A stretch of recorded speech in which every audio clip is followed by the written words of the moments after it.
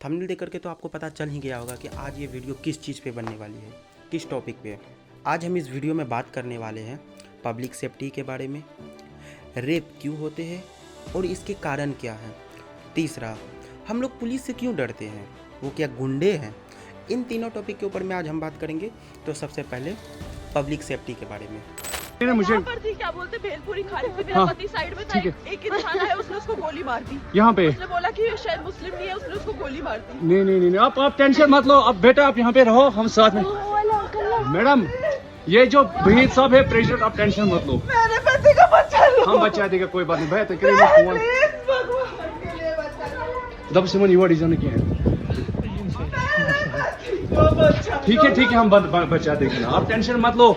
मैं आ रहा हूँ। मैं कहाँ पे आपका ये हस्बैंड? आप लोगों में से सबको तो पता ही होगा कश्मीर पहलगांव टेरर अटैक के बारे में, जिसमें कि 26 मासूम लोगों की जान चली गई। और आप में से 90% लोग ऐसे होंगे जो इस कांड के बारे में अपनी स्टोरी या सोशल मीडिया कहीं पे भी लगाई होंगी, जिससे कि लोगों को इसके बारे में पता चले और लोगों तक जागरूकता फैले। लेकिन मैं बता दूं आप लोगों को कि आप लोगों में से 80% लोग ऐसे होंगे जो बस ये स्टोरी कूल बनने के लिए लगाते हैं।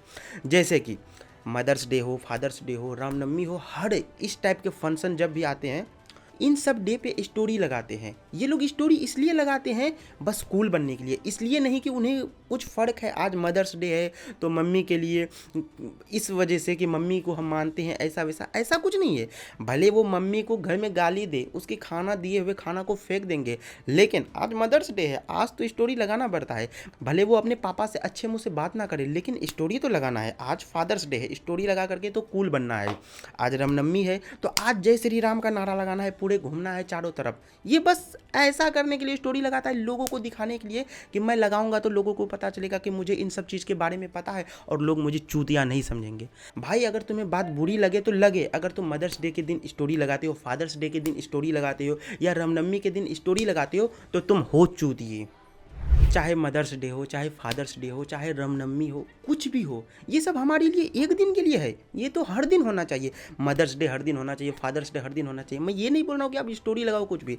मदर्स डे का मतलब आप मम्मी का सम्मान करो, मम्मी से अच्छे से बात करो, मम्मी को डांटो मत, गाली मत दो, कुछ मत करो, पापा से अच्छे से बात करो। ये होता है मदर्स डे, फादर्स डे। बल्कि ये नहीं कि आप स्टोरी लगा करके लोगों को दिखाओ कि मैं तो मम्मी का बहुत लाडला हूँ, बहुत प्यारा हूँ, ऐसा वैसा ऐसा नहीं होता है। ठीक, इसलिए मैंने चूतिया बोला आप सबको। और ये सब जो भी लगाता है बस कूल बनने के लिए। ये लोग अनपढ़ बस कूल बनने के लिए, अरे भाई वो लगाया है मैं भी लगाऊंगा, वो लगाया है मैं भी लगाऊंगा, बस इसलिए लगाता है लोगों को देख देख करके। दिमाग में कुछ नहीं रहता है कि क्यों लगाना है, कब लगाना है। किसी को पता भी नहीं होगा कि मदर्स डे कब है, फादर्स डे कब है, किसी को पता नहीं है। जिस दिन सब स्टोरी लगाएगा उसी दिन सबको पता रहता है कि आज मदर्स डे है, आज फादर्स डे है। ऐसे किसी को कुछ याद नहीं रहता है।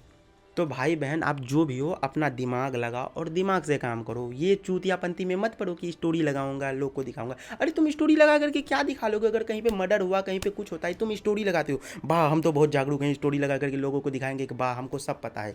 हाँ, तुम अपनी स्टोरी से 20 आदमी 50 आदमी को दिखा करके क्या कर लोगे? क्या कर लोगे? तुम क्या दिखाना चाहते हो? तो भाई अपना दिमाग लगाओ, दिमाग से काम करो। फालतू का चूतियापंती मत करो, कूल बनने के चक्कर में मत रहो। तुम बनना चाहोगे कूल, लेकिन लोग तुम्हें समझेंगे फूल। इसलिए अपना दिमाग का इस्तेमाल करो। तो हम बात करते हैं पब्लिक सेफ्टी के बारे में। अगर तुम लोग सोशल मीडिया पे एक्टिव हो तो तुम्हें पता होगा कि 2-3 महीने पहले एक मशहूर यूट्यूबर लक्ष्य चौधरी, जिसके ऊपर एक हमला होता है, वो लोग कार अटैक किया, जो कि मतलब कंप्लीटली अटेम्प्ट टू मर्डर था। अगर हम उस जगह से सिग्नल ना खुलता, हम वहां से ना सही टाइम पे निकल पाते, तो ये हमें वहीं मार देते। से कहीं से आ रहा था, उसके पीछे 2-3 गाड़ी लग करके उस पर हमला किया जाता है। लक्ष्य चौधरी इतना ज़्यादा फेमस होने के बाद भी उसके ऊपर में इस टाइप का हमला किया गया। मैं यहाँ पे आपको दिखा दूंगा, अब देख लेना। उसके ऊपर जब इतना बड़ा हमला हो सकता है तो अगर सोचो वो इतना फेमस है, उसके बाद भी उस पर हमला हुआ। भले वो इतना फेमस था तो वो स्टोरी लगा करके लोगों को बता दिया, ट्वीट करके कि हाँ मेरे साथ ऐसा हमला हुआ। और लक्ष्य चौधरी ये खुद बताया था कि जब वो पुलिस को कॉल किया उस समय उसकी मदद के लिए वहाँ पे कोई नहीं आया। अगर यही सेम चीज़ आपके साथ हो, मेरे साथ हो, तो उस समय आप लोग क्या कीजिएगा? हम लोग क्या करेंगे? हम लोग तो बस यही करेंगे कि फेसबुक के कमेंट सेक्शन में, यूट्यूब के कमेंट सेक्शन में, सोशल मीडिया हर जगह के कमेंट सेक्शन में क्या करेंगे? अरे भाई इस वायरल वीडियो का मुझे लिंक दे दो, मुझे लिंक चाहिए, इसका लिंक भाई भेज दो प्लीज़ भाई, ऐसा वैसा यही करेंगे। और लोग यही करते हैं। मैं इसके बारे में भी बात करूंगा। तुम लोग यही कमेंट सेक्शन में बकचोदिया करोगे, लिंक्स मांगोगे, कमेंट करोगे, बकचोदी करोगे, ये कभी मत पूछोगे। तुम्हारे एरिया में भी ऐसा होता होगा, तुम जहाँ भी रहते होगे। फ़ोन स्नैचिंग, तुम अगर मार्केट जा रहे हो तो तुम्हारा फ़ोन छीन लेगा, भले तुम्हारा नहीं फ़ोन छीना हो, तुम्हारे दोस्त का, तुम्हारे घर वाले का, किसी का फ़ोन ज़रूर कभी ना कभी तो फ़ोन स्नैचर छीना होगा। लेकिन तुम इसके खिलाफ कुछ नहीं बोलोगे। अरे भाई, तुमने सरकार को वोट दिया है, सरकार को तुम ट्वीट करो कि हमारे एरिया में इस जगह में ऐसा क्यों हो रहा है, आप कुछ इसका इस्तेमाल करो, गार्ड भेजो, जो करो, यहाँ पे ऐसा होता है, ट्वीट करो भाई। लेकिन नहीं, जिसका फ़ोन है वो जाने, जिसका फ़ोन छीना वो जाने। अभी मेरे साथ थोड़ी ना हो तो मैं इसका टेंशन लूँ। तुम लोग यही करते हो, कोई किसी का टेंशन नहीं लेता, बस अपना देखता है, अपना सही है, बस दुनिया वार मराए। लोग जो ये स्टोरी लगा करके दिखाता है कि भाई मैं तो तुम्हारे साथ हूँ, ऐसा सब बस कूल बनने के लिए, उन्हें कोई हमदर्दी नहीं है तुमसे, बस उसे लोग को कूल दिखाना है। समझ में आया? ऐसा होता है। इसलिए हमारा जिम्मेदारी है, हमने जिसे वोट दिया है, अगर आपके एरिया में कहीं भी इस टाइप का चीज़ होता है, फ़ोन स्नैचिंग या गले से माला छीन लेना, तो इस टाइप का ट्वीट करो ना, आप सरकार को टैग करो कि हमारे यहाँ ऐसा क्यों हो रहा है, हमने आपको वोट क्यों दिया, इस टाइप का ट्वीट करो। क्यों फालतू में कमेंट सेक्शन में बकचोदी करते रहते हो? अरे भाई तुमने लिंक दे दो, ये दे दो, फलना टिमका। इतना मूर्ख है यहाँ का ऑडियंस, इतना ज़्यादा जिसका कोई जवाब नहीं। आज तो मदर्स डे है, आज तो फादर्स डे है, मुझे तो स्टोरी लगाना होगा बस, और कोई काम नहीं। चूतियो। अब बात करते हैं सेकेंड पॉइंट के बारे में। हमारे यहाँ रेप क्यों होता है और रेपिस्ट को कब सज़ा मिलेगी, कितने दिन में सज़ा मिलेगी, किसी को नहीं पता। 2 मंथ, 4 मंथ, 1 साल, किसी को नहीं पता। अगर यहीं किसी स्टैंड अप कॉमेडियन के द्वारा कुछ गलती हो जाए, अगर वो उसकी माफ़ी भी मांगे, तब पर भी उसके ऊपर इतनी जल्दी एक्शन लिया जाएगा जिसका कोई जवाब नहीं। मैंने माना कि समय रैना का इंडियाज़ गुड लेटेंट में वो कुछ गलत बोला, जो भी बोला, उसकी वजह से लोगों को लग रहा था कि उनके बच्चों को गलत नॉलेज मिल रही थी, उनके बच्चे गलत सीख रहे थे, गाली गलौज सीख रहे थे, इसलिए समय रैना के ऊपर केस करके उसका शो बंद करा दिया। चलो ठीक है, आपने उसका केस बंद कर दिया, लेकिन उसके ऊपर में एक्शन इतना जल्दी क्यों? और जहाँ पे कोई व्यक्ति अपनी पत्नी या किसी से तंग होकर के खुद को सुसाइड कर लेता है, खुद को मार देता है, तो उस चीज़ पे कानून इतनी लेट क्यों है? ऐसा क्यों? और समय रैना का जो शो बंद हुआ, उस बीच में कितने लोगों का पासपोर्ट जब्त कर लिया था कि वो विदेश ना जा सके। वो इतना बड़ा क्राइम कर दिया था कि वो मर्डर कर देता है वो सुरक्षित है, उसके बारे में कोई कुछ नहीं बोलेगा। और जो कुछ गलती से निकल गया मुंह से और वो माफ़ी में मांग रहा है, उसको पासवर्ड भी देना होगा, उसे इस तरह से एक क्रिमिनल की तरह बर्ताव किया जाएगा उसके साथ। और हमारे इंडिया के न्यूज़ रिपोर्टर, अगर कहीं पे कोई रेप केस या कुछ भी हुआ है तो आज नया उसके बारे में बात करेंगे, स्टार्टिंग में 2-4 दिन ही। लेकिन जब वो न्यूज़ दब जाएगा कुछ दिन बाद, उस केस में उस कातिल को पकड़ा गया, नहीं पकड़ा गया, कहाँ गया, उसके बारे में कभी बात नहीं करेगा। इंडियन न्यूज़ वाले तो ये दिखाएंगे ना, समय रैना का शो बंद हो गया, समय रैना जेल में है, समय रैना कहाँ है, ये नहीं बात करेंगे। जो किसी बच्ची का रेप या किसी का भी रेप हुआ था, वो केस कहाँ तक है, उसमें दोषी को सज़ा मिली नहीं मिली, इसके बारे में बात क्यों करेगा? ये केस पुराना हो गया है। अगर अब इसके बारे में बात किया जाएगा तो व्यू कम आएंगे, तो उन लोगों को फ़ायदा नहीं है। तो सब कोई, जैसे न्यूज़ मीडिया वाले, सब अपने फ़ायदे के हिसाब से चलते हैं। उन्हें कोई मतलब नहीं है कि इसके साथ कुछ हुआ है तो मैं जा करके इससे सहमति दूंगा, ऐसा बोलूँगा कि उसको अच्छा लगे, ऐसा नहीं है। वो बस व्यू के लिए जाता है और कुछ नहीं। ऐसा करता है यहाँ का न्यूज़ रिपोर्टर, न्यूज़ वाले सब इंडिया के।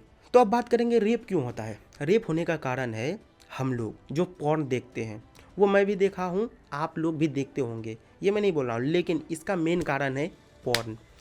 अगर आप पॉर्न कंज्यूम करोगे तो पॉर्न वीडियो बनाई भी जाएंगी। अगर आप देखोगे ही नहीं तो कौन बनाएगा? अगर कोई देखेगा ही नहीं तो काहे बनाएगा?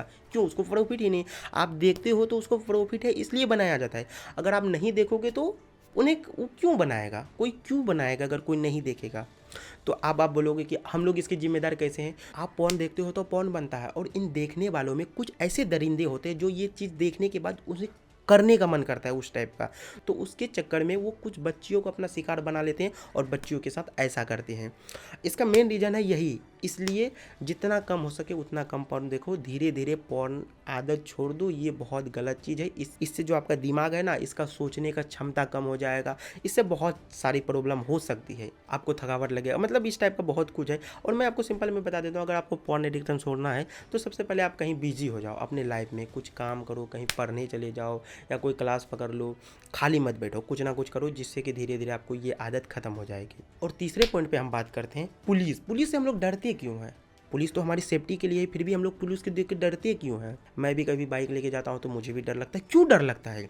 तो इसका एक रीज़न है, अगर आप कहीं मार्केट किसी काम से जाते हो, अगर मिस्टेक से आप घर में हेलमेट भूल जाते हो, आप अगर जाते हो और पुलिस आपको रोक देती है तो पुलिस आपको डायरेक्ट बोलेगी हेलमेट नहीं है, चालान कटेगा।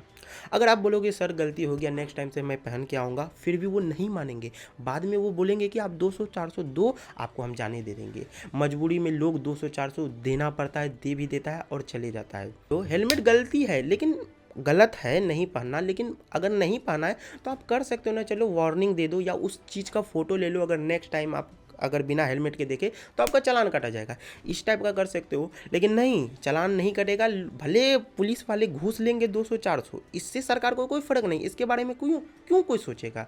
उन लोगों का जेब भर रहा है, कोई दिक्कत नहीं। अगर यहीं आपके पास हेलमेट हो, जूता हो, सब कुछ हो और लाइसेंस ना हो, फिर भी चालान कटेगा। लाइसेंस नहीं है, अरे भाई लाइसेंस क्यों लगता है? लाइसेंस क्यों लगता है? कि आप बाइक अच्छे से चलाने के लिए जानते हो, उसका लाइसेंस है। लेकिन जबकि ऐसा होता है आरटी ऑफिस में आप जाओ लाइसेंस बनाने के लिए, वहाँ पे रुपया दे करके ऐसे बनता है आपको बिना प्रैक्टिस का आपको लाइसेंस मिल जाएगा, बस पैसा फेंको।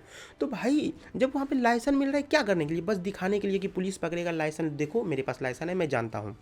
अगर भाई जिसके पास वो लाइसेंस का कार्ड है वही अच्छे से बाइक चलाने जानता है, या जिसके पास नहीं है वो भी जानता है, तो अगर कहीं बाय मिस्टेक कभी कोई पकड़ा जाता है पुलिस के पास, तो भाई लाइसेंस अगर नहीं है तो आप उसको वार्निंग दो, नहीं आप इतने दिन के अंदर लाइसेंस बना लो, हमने आपका फोटो ले लिया, अगर नेक्स्ट टाइम आप कहीं दिखोगे तो आपके ऊपर कार्रवाई की जाएगी। इस टाइप का कुछ करना चाहिए। या ये नहीं, यहाँ तो चलेगा भाई लाइसेंस नहीं है ना तो 200 दो, पॉकेट खर्चा दो, तभी पॉकेट खर्चा दो, उसके बाद नहीं जाने देंगे। इस टाइप का चलता है हमारा कानून सिस्टम। किसी को कोई फ़र्क नहीं है, बस अपना जेब भरता है सब कोई, हर कुछ में। आज 28-26 लोग मरे हैं पहलगांव कश्मीर में, किसकी जिम्मेदारी थी, किसकी गलती? हाँ, जब वहाँ कश्मीर के उस जगह को, पहलगांव को मिनी स्विट्ज़रलैंड कहा जाता है, तो क्या वहाँ पे सेफ्टी होनी चाहिए, चारों ओर फौज होना चाहिए, हर कुछ। लेकिन नहीं, अनजान टेरर घुस करके 26 या 28 लोगों को मार करके चले जाता है। अभी तक उसके बारे में कुछ नहीं पता है। भले अब कुछ पता चल रहा है कि उसका स्केच बन गया, अब पकड़ा चले जाएगा बहुत जल्द, लेकिन लोग तो चले गया ना। 26 लोग को मार दिया, बस किस वजह से? कि तुम हिंदू हो, हिंदू था इसलिए मार दिया, ऐसा। और जब कुछ लेडीज़ द्वारा पूछा गया कि हमें भी मार दो, तो बोला जाता है कि तुम मोदी से पूछो। अरे ये क्या है? मतलब आप खुद बोलते हो सरकार कि हम लोग बहुत सिक्योर हैं, कहीं भी घूम सकते हो, कुछ नहीं होगा, लेकिन यहीं पे अपने ही देश में हम लोग सुरक्षित नहीं हैं। कल मैं अगर अपने डिस्ट्रिक्ट से, अपने राज्य से कहीं बाहर जाऊंगा, कोई मार देगा तो कौन जिम्मेदार होगा? कौन होगा जिम्मेदार? बताओ। ये सब सवाल करो सरकार से, आप अगर वोट दिए हो। बल्कि ये नहीं कि चुपचाप हाँ देख लिए, स्टोरी लगा दिए, कूल बन गए, वाह अपना काम खत्म, बाप रे बहुत बड़ा काम कर दिए, स्टोरी लगा दिए। ऐसा चूतियापंती मत करो। तो आज हम इस वीडियो में बात किए पब्लिक सेफ्टी के बारे में, रेप केस के बारे में कि क्यों होता है और इसका समाधान क्या है। तीसरा, पुलिस से हमें डर क्यों लगता है। इन तीन चीज़ के बारे में बात किए। तो आज के लिए इतना ही। अगर आपको अच्छा लगा तो वीडियो को लाइक और चैनल को सब्सक्राइब कर दे।